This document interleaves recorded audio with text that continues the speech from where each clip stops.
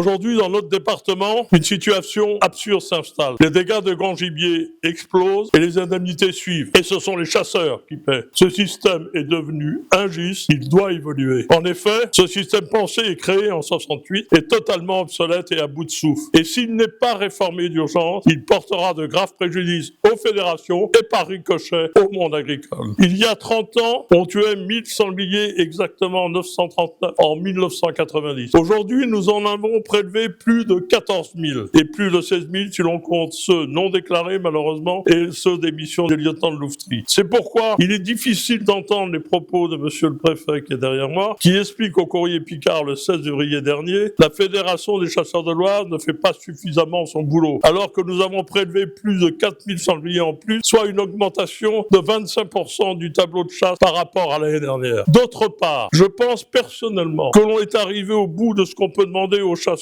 qui jouent le jeu, même s'il reste une marge de progression importante chez les chasseurs qui ne jouent pas le jeu et qui n'ont pas compris l'absolue nécessité de faire baisser les populations et qui gèrent plus des actionnaires que leur territoire en bons pères de famille. L'effet pervers de la hausse des coûts des dégâts entraîne ipso facto la hausse du coût de la chasse et de son accessibilité pour certains sur le plan financier, mettant gravement en danger le principe fondateur de la chasse française qui est et qui doit rester une chasse populaire. En effet, depuis 1968, beaucoup de choses ont changé. Une explosion des populations, et pas seulement en France, mais dans le monde entier, due en partie au réchauffement climatique sans hiver rigoureux et donc sans perte hivernale. De plus, à cela s'ajoute une très forte fécondité des laits qui peuvent faire jusqu'à 2 portées par an. La première portée née en début d'année se reproduira en début d'automne, puisqu'un marcassin prend environ 3 à 5 kilos par mois et peut se reproduire à 30 kilos. Pour compléter la bonne compréhension de cette problématique, il faut savoir que les techniques agricoles ont complètement évolué, favorisant ainsi l'accueil des grandes faunes en plaine. Grâce aux cipans, biscanthus, métallisation et autres, les sangliers occupent les colzas dès l'apparition du printemps, puis vont dans les cultures de maïs, après la récolte des colzas, puis dans les moutardes, après celle des maïs. Il reste ainsi plus de 6 mois en plaine. Le corollaire de cette situation, c'est que les plans de chasse et de gestion en forêt sont difficiles à réaliser avant décembre. C'est ainsi que nous avons maintenant, après avoir eu des chevreuils de plaine, nous avons maintenant des sangliers de plaine. De plus, cette loi d'indemnisation porte en elle un défaut majeur. C'est qu'elle est applicable sans nuance à l'ensemble du territoire national. Et c'est là où ça devient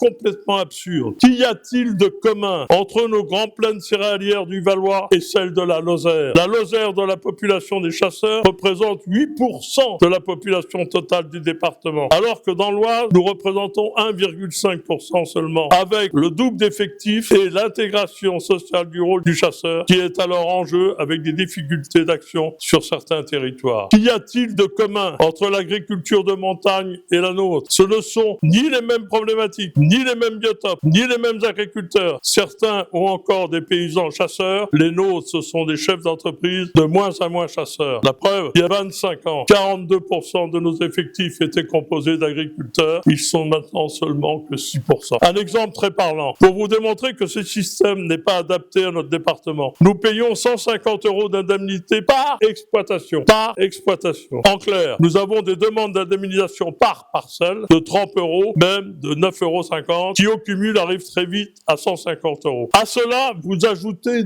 2 fois 115 € de frais d'indemnisation pour une expertise provisoire et une définitive, et 60 € de frais de traitement administratif. Pour payer 150 € d'indemnité, ça nous coûte 440 €. La solidarité, oui. L'absurdité, non. Et que dire des zones dangereuses où on ne peut pas intervenir pour des problèmes de sécurité, habitation, route et autres, où même les propriétaires agriculteurs refusent de chasser pour les mêmes raisons. Pas de chasse possible, mais la facture c'est pour nous. La responsabilité ne peut pas être déconnectée de la capacité d'agir. En effet, l'indemnisation n'est pas une assurance touriste. Pour cela, chers amis, vous avez Groupama. Je ne voudrais pas être trop long sur ce sujet, mais si vous ajoutez les zones de non-chasse, délaissées d'autoroute, canal Seine-Nord, enclave TGV et autres, soit à peu près 35% du territoire de l'Oise est non chassable, mais générateur de grands dégâts que nous devons payer. Nous disons stop, on indemnise des dégâts qu'on nous empêche d'éviter. Et d'autre part, ceux qui refusent la régulation ne peuvent exiger l'indemnisation. On indemnise un risque, pas une passivité. Pour conclure sur ce sujet, je voudrais dire à nos amis agriculteurs qu'ils ne sont pas nos adversaires. On partage les mêmes valeurs, on partage les mêmes combats contre les noms, contre les Khmers verts. C'est le même combat que nous avons. Mais que je leur demande de nous aider à faire évoluer ce système devenu obsolète, injuste et dangereux, et qu'ils commettent une erreur en essayant d'en tirer un maximum comme ils le font actuellement, car ce va nous conduire tout droit dans le mur. Notre dernier message est pour nos parlementaires. Il est urgent que vous en parliez de cette problématique cruciale, la question de la responsabilité.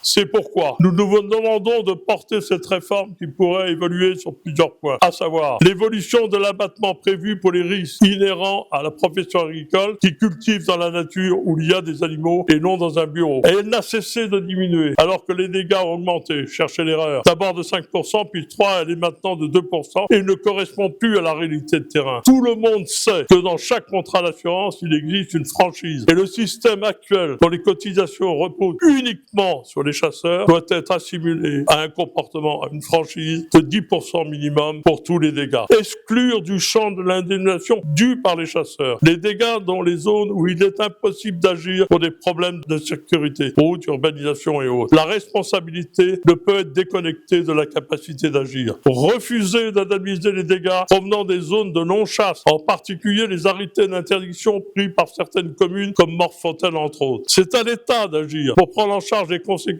financières de ces interdictions que l'on subit et qui nous pénalisent sans possibilité d'action. On peut ajouter le principe que ceux qui refusent la régulation ne peuvent pas exiger l'indemnisation. Obligation pour toute personne cultivant un point noir sur la liste de l'arrêté préfectoral de prendre un plan de chasse avec un minimum l'attribution d'un bracelet de telle manière que le territoire puisse être chassé. Revoir les cultures éligibles au système d'indemnisation pour exclure l'agro-industrie comme les champs de méthanisation où on fait financer du gaz et non des denrées alimentaires. Voici les bases d'un nouveau système à construire ensemble, très rapidement, avec nos partenaires, et nous formulons un grand espoir pour que vous saisissiez de cette problématique. Il en va de la pérennité de la chasse populaire française.